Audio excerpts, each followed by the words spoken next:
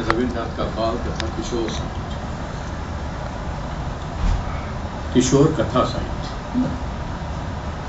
रविन्द्रनाथ ठाकुर ने जिस समय बांग्ला में शिशु साहित्य का सृजन आरंभ किया था, उस समय बच्चों, विशेषकर किशोरों के लिए विचार की दृष्टि से किसी मौलिक साहित्य का लेखन नहीं हो रहा था। शिशुओं तथा किशोरों के लिए तत्कालीन बड़े लेखक या तो हितोपदेश और पंचतंत्र के अनुकरण पर या अंग्रेजी साहित्य के प्रभाव में जासूसी शैली की रचनाएं और प्रचलित लोक कथाएं लिख रहे थे। बंकिम चंद्र कभी कभार लोक कथाएं लिख देते थे तो ईश्वरचंद्र विद्यासागर जैसे पंडित कथामाला पर काम कर रहे थे। हास्य व्यंग में स्थूल हास्य ही नजर आता था। ऐसे वातावरण में रविन्द्रनाथ ने बिल्कुल अलग ढंग से बाल साहित्य का सृजन कर बांग्ला बाल साहित्य की पुख्ता नींव डाली, जिस पर आज बाल साहित्य की इमारत खड़ी है। रविन्द्रनाथ ने शिशु किशोर साहित्य में जैसा साम्राज्य विस्तार किया, वो चकित करता है।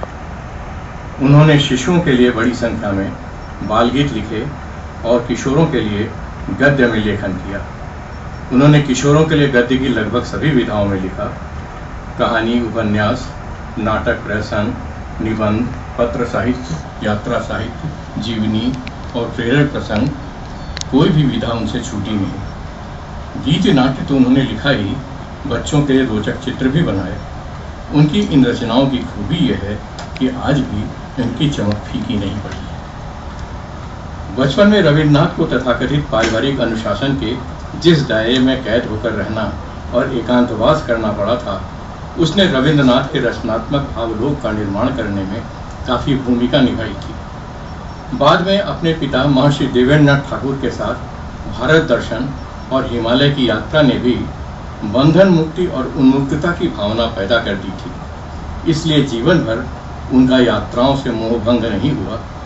अपने पिता की भांति ही बार बार घर से निकलकर प्रकृति की सौम्यता में आश्रय लेने की यह जिजीविषा जीवन भर बनी रही। रविन्द्रनाथ की कई कहानियों में यह आतुरता साफ झलकती है।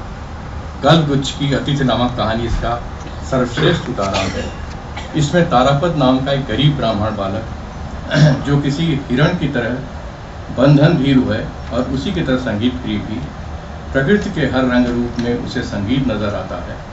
इसी मोह में पड़कर वह बार बार अपना घर बार छोड़कर पांचाली गायन, यात्रा नाटक, यहाँ तक कि एक जिम्नास्टिक के दल में भी शामिल हो जाता है और बांसुरी वादन में निपुणता प्राप्त करता है। इसी दौरान एक जमींदार परिवार का उसे आश्रय प्राप्त होता है और उनकी कृपा से वो पढ़ना लिखना भी सीखता है। जमींदार उस ब्राह्मण बालक की प्रतिभा और उसके शिष्ट व्यवहार से अभिभूत होकर जब उसके साथ अपनी इकलौती बेटी से विवाह संपन्न कराने का निर्णय करके शादी की तैयारियों में जुटते हैं, तभी तारापद अपने सुरक्षित भविष्य को त्याग कर अपने को उस परिवार के बंधन से मुक्त करके चुपचाप एक नए सफर पर निकल पड़ता है। स्पष्ट है कि तारापद रविन्द्रनाथ की कल्पना का नायक है, जिसे वे लौकिक बंधनों से मुक्त करके प्रकृति की गोद में सौंप देते हैं।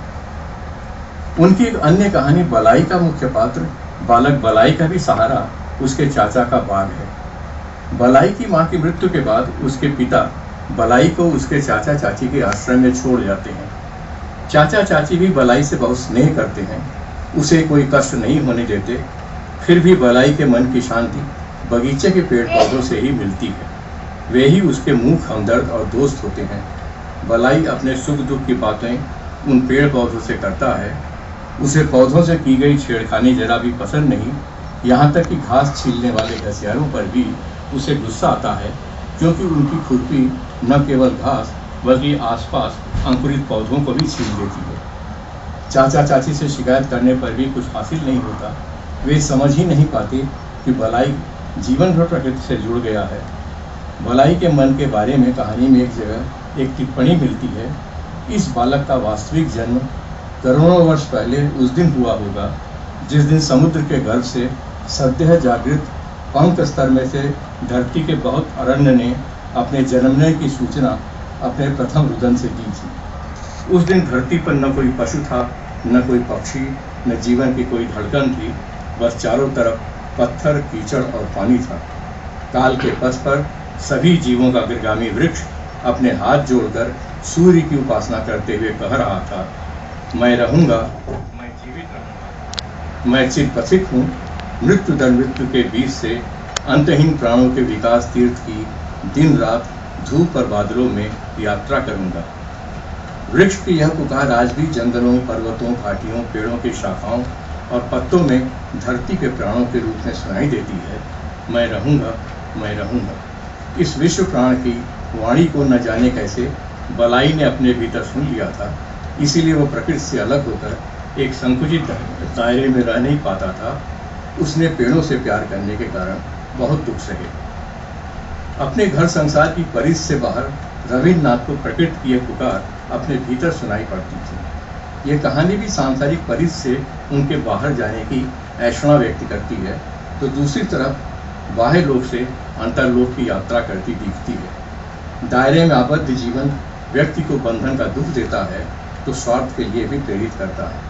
व्यक्ति की यह प्रवृत्ति गल्पगुच्छ की संपत्ति समर्पण, स्वर्ण मृग, गुप्त धन, रासमणि का बेटा आदि उन कहानियों में नजर आती है जिन्हें रविन्द्रनाथ की किशोर कहानियों में भी शामिल किया जाता रहा है। इन कहानियों से स्पष्ट संदेश मिलता है कि जीवन का सुख धन के पीछे भागने में नहीं है। धन की ऐषणा उजाले से अंधेरे की यात्रा होती है। इस अंधेरे से प्राय व्यक्ति जीवन भर उबर नहीं पाता और अपने वर्तमान सुख से भी हाथ धो बैठता है। रविन्द्रनाथ संचय में विश्वास नहीं करते, प्रकृति की तरह देने में व्यक्ति की सार्थकता समझते हैं। रविन्द्रनाथ के बाल और किशोर कथा साहित्य को 3 प्रकार विभाजित किया जा सकता है।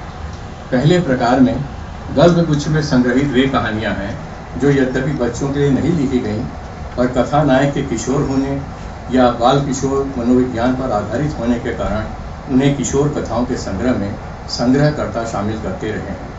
ऐसी कहानियों में उनकी मार्मिक कहानी काबुलीवाला से सभी परिचित हैं। इसके अलावा उनकी और भी जिन कहानियों को बच्चों की पुस्तकों में संपादक शामिल करते आए हैं, उनमें इच्छा पूरन, राम कानाई की निर्बुद्धिता, देना पावना, बलाई, दहेज, गुप्तधन, अतिथि, मास्टर साहब, पोस्ट मास्टर, खोका बाबू का प्रत्यावर्तन, यज्ञेश्वर का यज्ञ, छुट्टी, रासमणि का बेटा, गिरस्थिन, संपत्ति समर्पण, स्वर्णमूर्ख, दादाजी, चित्रकार, जय पराजय, आफत, अनधिकार प्रवेश, व्यवधान, शुभा आदि मुख्य हैं। ये सभी कहानियाँ विभिन्न संपादकों द्वारा संपादित पुस्तकों में कमोबेश शामिल होती रहती हैं। इसी तरह से गल्प सल्प, जिसका अनुवाद मैंने दत्तू की कहानियाँ नाम से किया है, संग्रह की विज्ञानी, राजमहल, बड़ी खबर, चंडी, राजरानी, मुंशी, मैजिशियन, परी और सत्य, मैनेजर बाबू, वाचस्पति, पन्नालाल, चंदनी, ध्वंस, भद्र व्यक्ति, मुक्त कुंतला आदि बैठकी मिजाज की संवाद प्रधान किशोर कहानियों में रेखाचित्र और किस्सा गोई का सम्मिलित आनंद प्राप्त होता है। इन सारी कहानियों में बदकही का जो मजा है वो बांग्ला साहित्य में अन्य कथाकार की कहानियों में दुर्लभ है। बस अंतिम कहानी चूहों की दावत अलग प्रकार की है। इस पुस्तक से भी संपादकगण अपनी पसंद की रचनाएं किशोर कथा संग्रह आदि के लिए लेते रहे हैं। इस संग्रह की विशेषता यह भी है कि हर कहानी या रेखाचित्र के साथ रविन्द्रनाथ ने स्वतंत्र रूप से एक एक कविता भी शामिल की है जो आख्यान का आनंद देती है। मनुष्य और प्रकृति के तालमेल की कुछ मानवीय कहानियाँ लिपिका की छोटी कहानियों में भी मिलती है, जैसे मेघदूत, आगमनी, संध्या और प्रभात, बादलों भरे दिन आदि कहानियाँ। गल्प सल्प की बैठकी मिजाज की कहानियों का विस्तृत रूप हमें उनकी एक लंबी कहानी से यानी वह से मिलता है। अपनी पोती की जिद पर उन्होंने एक नए चरित्र की सृष्टि की है। नया चरित्र यानी बिल्कुल अलग तरह का मनुष्य, ऐसा मनुष्य जिसे ईश्वर ने भी नहीं गढ़ा, उसे रविन्द्रनाथ ने अपनी कल्पना और फैंटेसी के जरिए भाषा में गढ़ा है। इसमें उन्होंने एक ऐसा व्यक्तित्व गढ़ने की कोशिश की है जो अपनी सीमाओं में आबद्ध न हो, वह पूरी तरह से मुक्त हो, मन की गति से सर्वत्र विचरने वाला हो, अपने व्यक्तित्व में वह विराट नजर आता हो, मगर मनुष्य होने के असर से भी पूरी तरह मुक्त न हो, यानी कि क्षमताओं के बावजूद वह अति मानव न हो। वह 9 साल की छोटी पोती और 70 वर्षीय दादाजी की बदकही के बीच अपनी उपस्थिति दर्शाता रहता है। रविन्द्रनाथ उसे लेकर जीवन जगत की तमाम अवसर तथा हास्यास्पद बातों की कड़ी जोड़ते हुए एक फंतासी की रचना करते हैं। भारतीय परंपरागत कथा शैली में कल्पना और फंतासी साथ साथ चलती नजर आई। रविन्द्रनाथ ने उर्वर कल्पना शक्ति और भाषिक खिलवाड़ के जरिए शेर को एक अद्भुत रचना बना दिया है। और इस कहानी में रविन्द्रनाथ की कलम जैसे खुद व्यक्ति के बाह्य और अंतर्लोक की यात्रा करती चलती है। इस लंबी कहानी में कई मनोरंजक प्रसंगों के साथ बुद्धिलोक से भावलोक और भावलोक से बुद्धिलोक की अबाध यात्रा को बड़ी कुशलता से कथा प्रभाव को बनाए रखकर चित्रित किया गया है। फंतासी की सार्थकता यही है कि ऐसी अबाध यात्राएं होती रहें। रविन्द्रनाथ की फंतासी उन्मुक्तता में जाकर खत्म होती है और व्यक्ति के धुंधलके में नहीं। रविन्द्रनाथ की दूसरे प्रकार की कहानियां वे हैं जिन्हें उन्होंने छोटे बच्चों के लिए पाठ्यपुस्तकें तैयार करते हुए लिखी हैं। ये कहानियाँ शिशुओं के लिए बनाए उनके पाठ्यपुस्तकों का हिस्सा हैं। उन्हें उनकी उम्र के अनुसार छोटे छोटे वाक्यों में और सरल भाषा में लिखा गया है। शेर का शिकार, डॉक्टर बाबू और डाकू, सपने जैसी बात आदि ऐसी कहानियाँ हैं। लिपिका संग्रह की कुछ कहानियाँ भी बच्चों के लिए लिखी लगती हैं। इन कहानियों में उदारता, सहानुभूति, परोपकार आदि मानव मूल्यों पर बल दिया गया है। तीसरे प्रकार की कहानियों में ऐसी कहानियाँ मुख्य हैं जो रूप कथा की शैली में लिखी गई हैं। रविन्द्रनाथ बंगाल की परंपरागत रूप कथाओं के बड़े प्रशंसक थे। लिपिका और गल्पसल्प में उनकी ऐसी कई कहानियाँ मिलती हैं। राजपुत्र, बड़ी रानी, घोड़ा, तोता कहानी, पट, नया खिलौना, उपसंहार, पुनरावृत्ति, सिद्धि, रथ यात्रा, सौगात, परी का परिचय, राजमहल, राजरानी, चंदनी, वंश मुक्त कुंतला आदि को इनमें शामिल किया जा सकता है। शिशु मन को पल्लवित करने में परिकथाओं तथा साहसी कथाओं जैसी रूप कथाओं की बड़ी भूमिका होती है। बांग्ला के प्रसिद्ध बाल कथाकार और रूप कथाओं की बहुचर्चित पुस्तक ठाकुर माँ झूली यानी दादी माँ का झूला की भूमिका में रविन्द्रनाथ ने जो कहा है वह गौर करने लायक है। इसमें उन्होंने लिखा है, दादी के झोले जैसी इतनी बड़ी स्वदेशी वस्तु हमारे देश में और क्या है। मगर खेद की बात है कि यह मनमोहक झोला भी इन दिनों मैनचेस्टर के कारखानों से बनकर आ रहा था। इन दिनों विलायती परिकथाएं ही हमारे बच्चों की व्यवस्था बनती जा रही हैं। स्वदेश की दादी नानी कंपनियों का दिवाला पिट चुका है। उनके झोले झाड़ने पर मार्टिन और बर्क की पुस्तकें शायद मिल जाएं, लेकिन राजकुमार राजकुमारी, तोता मैना और 7 समुद्र 13 नदी पार 7 राजाओं के धन दौलत की कहानियाँ नहीं मिलेंगी। व्रत, त्योहार, यात्रा, गान, किस्सा गोई, ये सारी चीज़ें मृत नदी की तरह सूख जाते रहने से बंगाल के गांवों में जहाँ रस की धाराएं विभिन्न शाखाओं में बहती थी, वहाँ अब सूखी बालू ही नजर आती है। इससे वहाँ के रहने वाले बेहद स्वार्थी और विकृत होते जा रहे हैं। बंगाल के बच्चे भी न जाने किस पाप से आनंद रस से वंचित हो रहे हैं। उनकी सायंकालीन शैया अब सन्नाटे में डूबी रहती है। उनके अध्ययन कक्ष में मिट्टी के तेल की बाती के प्रकाश में सिर्फ विलायती व्याकरण की विभीषिका रहती है। अगर माँ के दूध के बजाय किसी बच्चे को सिर्फ सत्तू पर पाला जाए तो क्या बच्चा जीवित रह पाएगा। सिर्फ किताबों में लिखी गई कहानियों से बात नहीं बनती। उन ममता मइयों की वाणी कहाँ गई, बंग लक्ष्मियों के दिल की बातें कहाँ हैं। हमारे बंगाल की रूप कथाओं की धारा युग युग से बंगाली बालकों के दिल की धरती से होकर कितनी क्रांतियों, कितने सत्ता परिवर्तनों के बावजूद बहती आ रही है। इसका उच्च बंग माताओं की ममता है, जिस ममता ने यहाँ के राजा से लेकर गरीब किसानों तक को अपने अंचल की छाँव में पाला है। इन सभी को चांदनी रातों में आकाश के चांद को दिखाकर चुप कराया है तथा लोरियां गाकर इन्हें सुलाया है। संपूर्ण बंगदेश के उस चिर पुरातन गंभीरतम स्नेह से ये रूप कथाएं पैदा हुई हैं। अतः बंगाल का कोई भी शिशु जब इन रूप कथाओं को सुनाता है तो उसे सिर्फ कहानियों का आनंद ही नहीं मिलता, बल्कि संपूर्ण बंगदेश के चिरंतन स्नेह का सुर उसके चित्त में प्रवेश करके उसे बांग्ला के रस में भिगो देता है। अंत में रविन्द्रनाथ कहते हैं कि मैं चाहता हूँ कि बंगाल के आधुनिक दादियों के लिए तुरंत एक ऐसा विद्यालय खोला जाए जहाँ दक्षिणारंजन मित्र मजुमदार की इस पुस्तक के सहारे शिशु शयन राज्य में पुनः वे अपने गौरव का स्थान बनाए रखकर वहाँ विराज करें। रविन्द्रनाथ ने खुद भी इसके लिए प्रयत्न किया था और कथा कथन की अपनी निजता भी विकसित की थी। गल्प सल्प की कहानियाँ बच्चों को कहानी सुनाने की शैली में लिखी गई हैं। इसमें दादाजी अपनी प्यारी पोती को विविध प्रकार की कहानियाँ सुनाते हैं। इन कहानियों की मौलिकता यह है कि विषय के नएपन के साथ ही प्रश्नकर्ता के रूप में वो बच्ची भी निरंतर अपनी उपस्थिति बनाए रखती है। उसके मासूम सवालों का दादाजी विचित्र तरीके से समाधान करते हैं। सेब भी ऐसी ही कहानी है जो बतकही के जरिए आगे बढ़ती है।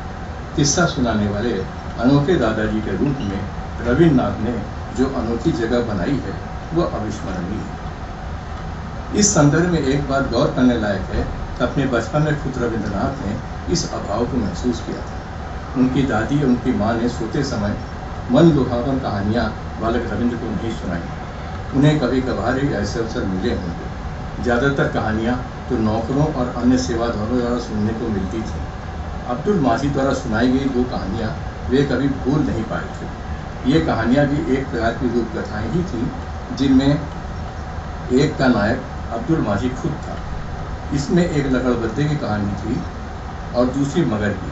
पहली कहानी में अब्दुल माजी बाढ़ के दिनों में एक खूंखार लकड़बद्दे को नाव में जोतकर उससे अपनी नाव खिंचवाता है। दूसरी कहानी में एक बकरी के बच्चे को एक भयानक मगर के जबड़ों से एक बंजारिन कैसे बचाती है, उसका रोमहर्षक विवरण। यह घटना भी जैसे अब्दुल माजी के सामने ही घटती है। अब्दुल माजी के सत्संग का यह प्रभाव था कि बालक रविंद्र भी खुद को अपनी कल्पना में वीर नायक की तरह देखने लगे थे।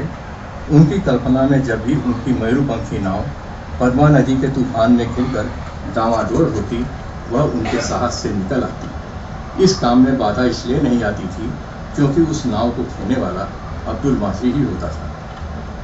पराधीन भारत में जन्म लेने के कारण रविन्द्रनाथ के मन में वीरों तथा शहीदों के प्रति बहुत आकर्षण था। उनके लेखन का बड़ा हिस्सा उनके इस मनोभाव पर आधारित था। वे 24 साल की उम्र में अपनी मझली भाभी श्रीमती ज्ञानदान नंदिनी देवी के सहयोगी के रूप में बच्चों के लिए प्रकाशित पारिवारिक पत्रिका बालक से जुड़ गए थे। इस पत्रिका के लेखक मुख्यतः ठाकुर परिवार के सदस्य ही होते थे, मगर कभी कभी परिवार के बाहर के अन्य घनिष्ठ व्यक्तियों से भी रचनात्मक सहायता ली जाती थी। रविन्द्रनाथ ने इस पत्रिका में बच्चों के लिए कविता, प्रहसन, उपन्यास, पत्र आदि के अलावा देश प्रेम और देश के लिए बलिदान होने वाले वीरों से संबंधित छोटे बड़े प्रेरक तथा जानकारी भरे प्रसंग लिखे थे। इनमें से बहुतों में उनका नाम भी नहीं होता था। उनके 2 उपन्यास मुकुट और राजर्षि बालक में ही प्रकाशित हुए। मुकुट को लंबी कहानी कहना ज़्यादा सही होगा। दोनों कथानकों के केंद्र में त्रिपुरा के राज परिवार की वीरता और देश प्रेम की भावना का उल्लेख है। त्रिपुरा के महाराजा से उनकी घनिष्ठता थी। वे वहाँ के राजवंश का इतिहास जानते थे। आदर्श और आत्मोत्सर्ग की भावना दर्शाने के लिए उनके लिए त्रिपुरा के राजवंश से ज़्यादा प्रामाणिक इतिहास क्या होता है। सीधी सरल भाषा में बच्चों में जोश भरने वाले उनके दोनों उपन्यास बहुत प्रशंसित हुए और पूरे बंगाल में इनका मंचन भी होता रहा। बच्चों और किशोरों के लिए रविन्द्रनाथ ने जो भी लिखा उनमें बच्चों के प्रति एक आवेग था और उनके व्यक्तित्व का एक बड़ा हिस्सा बच्चों की दुनिया में समाया हुआ था। आज भी कितने ही लोगों को ढूंढने से उनमें अपना बचपन दिख जाता है। 1 शताब्दी पूर्व लिखी गई उनकी रचनाएं आज भी प्रासंगिक बनी हुई है। सच है, बच्चों के लिए लिखी रचनाओं में बड़े और बूढ़े हुए रविन्द्रनाथ आज उन्हीं के रचनाकार के रूप में अमर हुए हैं।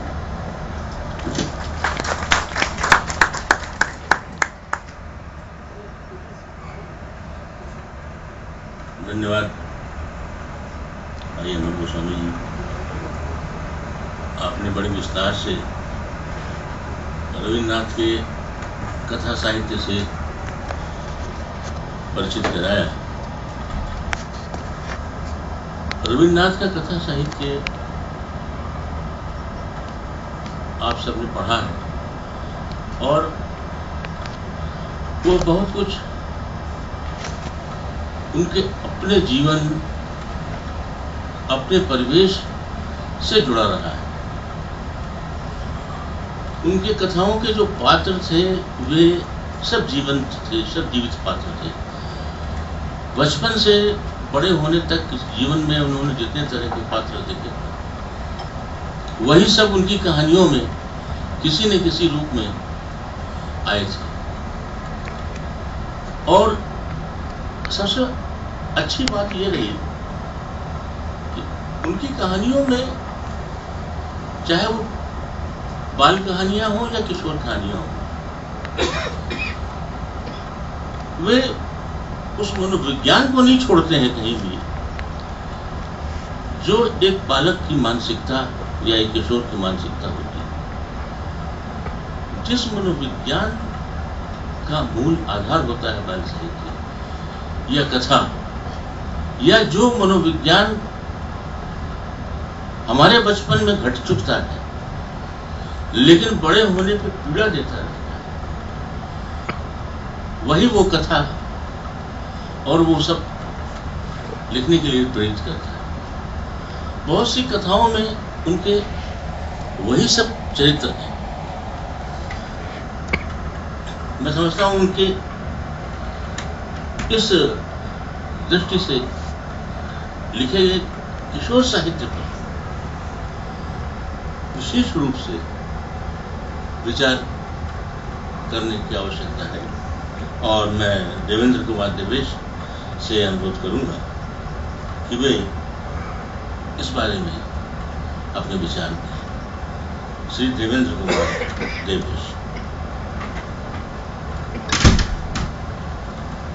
आदरणीय डॉक्टर देव सरे जी, प्रकाश मनु, सुरेंद्र विक्रम, अमर गोस्वामी जी और सभागार में उपस्थित सम्माननीय साहित्यकारों और साहित्य प्रेमियों, मित्रों,